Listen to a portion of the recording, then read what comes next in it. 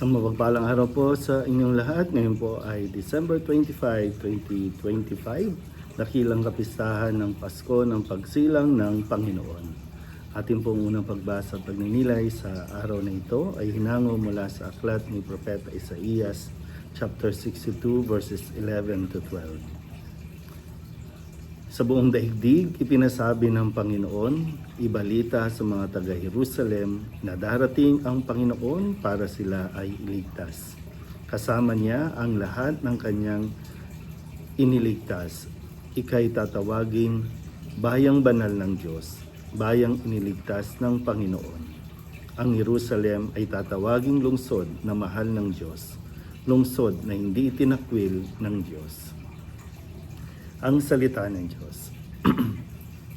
Muli po mula dito sa aming parokya sa St. Joseph Parish dito sa Gagalangin Tondo, kami po ay bumabati sa inyo ng isang maligayang araw ng kapanganakan ng ating Panginoong Heso Kristo. Merry Christmas po sa inyong lahat at nawa dalangin po namin lalo na po sa inyo mga sumusubaybay sa misa namin sa araw-araw na kayo po ay pagkalooban ng kapanatagan ng isip, malusog na pangangatawan para sa mga may sakit, kagalingan po para sa inyo, para sa mga naguguluhan ay yung peace of mind na hinihingin, na nais natin at nawa sa pagsilang ng Panginoon sa araw na ito na ating paggunita, ito ay maisapuso din natin ang mensahe ng pag-ibig ng Diyos sa bawat isa sa atin. Kaya muli po, isang maligayang Pasko sa inyo pong lahat.